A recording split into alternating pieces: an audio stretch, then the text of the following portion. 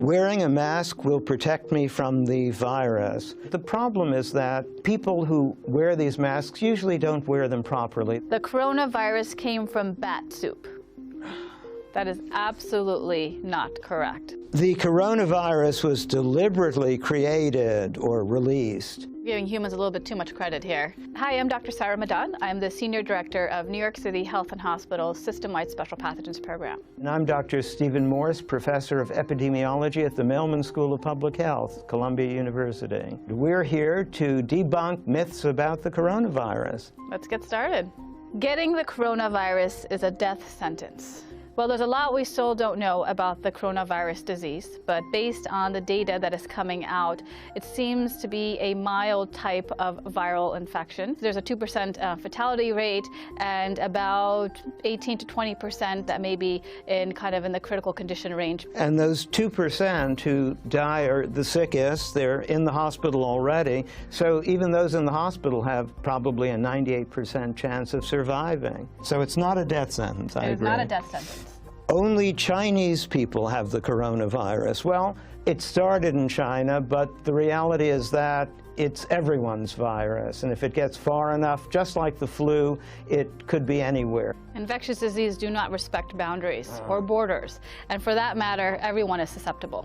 The coronavirus is the most dangerous virus. That is not true. There are a number of different viruses out there in the world. So let's just compare it to another type of virus. So you have the Ebola virus disease, which has a much higher fertility rate associated with it. I think the official count is now 6,000 recoveries. But you know, one of the funny things is that we don't usually report recoveries when someone is discharged from the hospital. So all those recoveries, probably there are many more on the way as well. Wearing a mask will protect me from the virus. A lot of people like to think so, and of course a mask gives you a sense of security, but the problem is that people who wear these masks usually don't wear them properly. They've never really been trained. They may not know what kind of mask to wear. So there's two types of masks. One, the simple or surgical mask that you see the general population wearing, and then there's another type of mask that healthcare workers wear. It's called the N95 mask, and it's a respirator,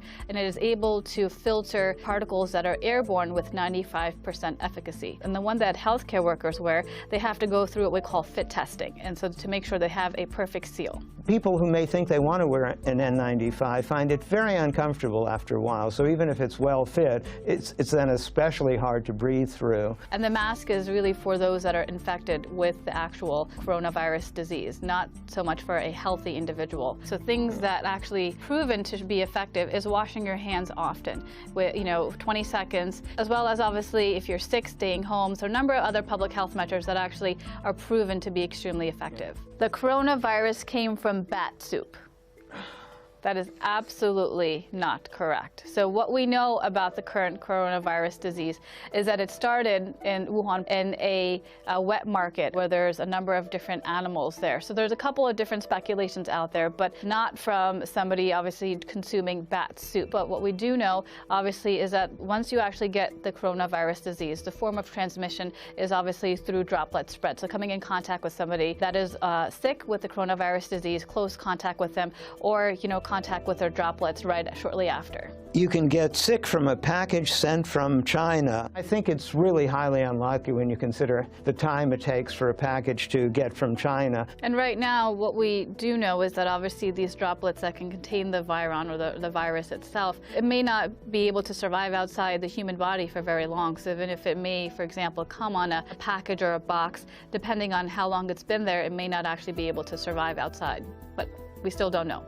Closing borders will stop the spread of the virus. These types of respiratory viruses, they don't respect borders, as we know. And it's not the fault of a government that this type of outbreak is starting or spreading. It's just the nature of the virus itself. Travel bans historically have proven not to be very effective. In fact, it seems that it was the opposite. They caused more fear, make more chaos. People were reluctant to actually come forward with actually reporting that they had the illness. The federal government does state non-essential travel should be restricted, obviously, to mainland China. That's the epicenter, and that's where there's a lot of community transmission. But outside of China, where you may see there's over 24 countries that actually are reporting to have coronavirus disease, if there is no community transmission, there is obviously no risk to the general public. But continue to look at Centers for Disease Control's website. They have a travel health advisory section that you can actually go to and put the name of the country, and it'll tell you the precautions. And as well as go to your healthcare provider, they can provide some travel guidance to you if you need to travel to various areas that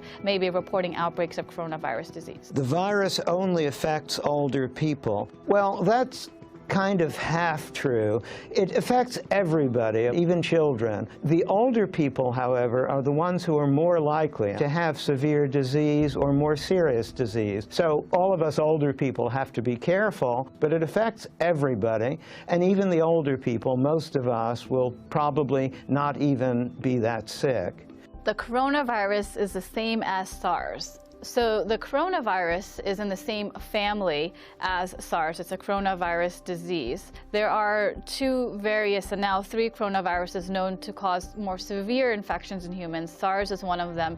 MERS, which is Middle East Respiratory Syndrome, is another one. And now coronavirus disease that just started, obviously. SARS was more severe in terms of the fertility rate that was reported. So it's about 10%, versus with the coronavirus, what we're seeing right now is about 2%. But still, it's way too early to tell. This one is different. This spreads a lot more like the flu, but there are so many more cases simply because it spreads so well. So many more people can easily get infected. Large numbers of deaths doesn't necessarily mean that it's a very lethal virus. It just means that a lot of people have been getting it, and some of them unfortunately die. And let's just take seasonal flu, for example. Seasonal flu this year started in October, and the Centers for Disease Control Prevention are already reporting over 10,000 deaths related to seasonal flu.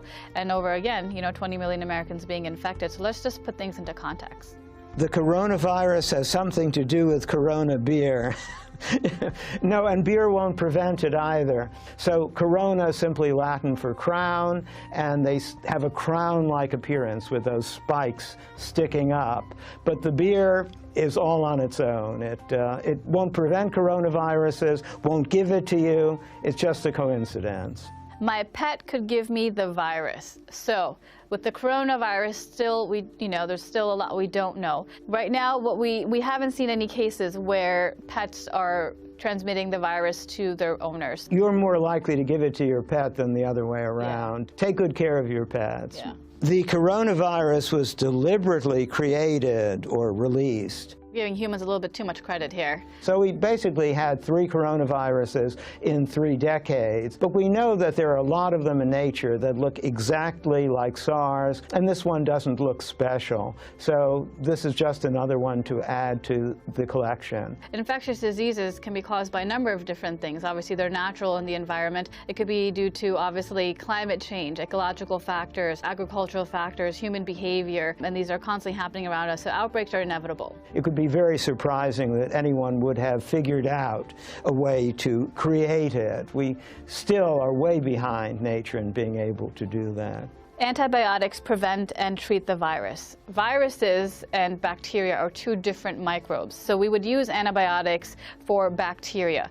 For viruses, we use antiviral medications. And so, for example, with seasonal flu, that's a virus. And so one of the ways that we can treat or alleviate some of the symptoms is by giving Tamiflu. That's an antiviral medication. So antibiotics in this context for this virus do not work unless you have secondary infections that are bacterial in nature. And this is a very common misconception. There are a couple of drugs now that are experimental, but they're in the development stage, that are showing promise against this particular virus. We're still in the early stages of the coronavirus disease. There's a lot of rumors, things that are not factual. So really go to credible sources. Go to public health websites that are credible. Go to the World Health Organization's website. Go to your local health department's website, or even go to your healthcare provider to get more information if you're curious. And if you want to read about all the emerging diseases everywhere in the world, you can get on the ProMed website or even get email. And I think there has been a lot of fear around this, partly because we've heard of these other coronaviruses like SARS. But I think panic or fear is not really what we need. These outbreaks are inevitable, and we need to continue to prepare for these types of outbreaks.